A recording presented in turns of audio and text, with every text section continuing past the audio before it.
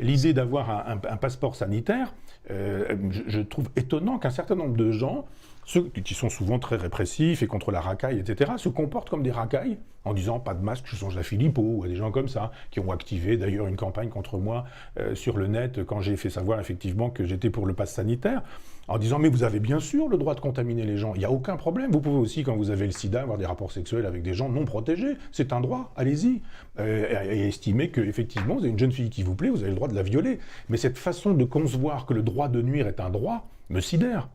Donc je dis, vous avez le droit de ne pas vous faire vacciner, c'est entendu. Dans une autre époque, ne pas se faire vacciner, on serait passé pour un fou.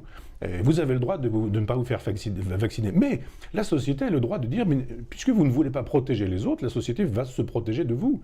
Moyennant quoi, dans des endroits où vous risquez de contaminer des gens, vous n'aurez pas la possibilité d'entrer. Alors libre à vous de vous comporter de manière dangereuse, mais acceptez que la société se préserve aussi, et préserve les gens. Moi c'est ce que je dis depuis le début avec Macron. Un chef d'État préserve son peuple.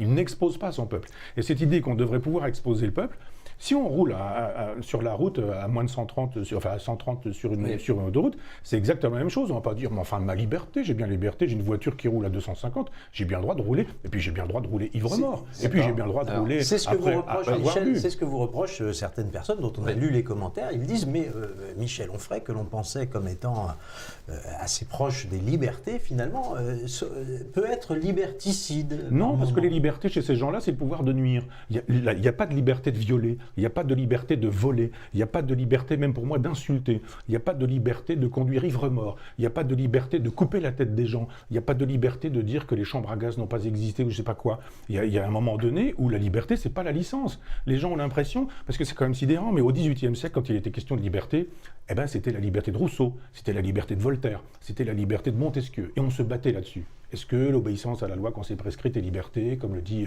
Rousseau? Est-ce que la liberté, c'est la possibilité, etc., etc.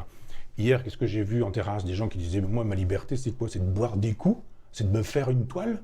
C'est de prendre une bière? C'est de fumer en terrasse? C'est ça la liberté aujourd'hui?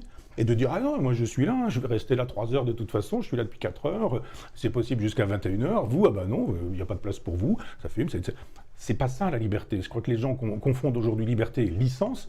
On n'aura pas chez moi un défenseur de la licence, on aura chez moi un défenseur de la liberté.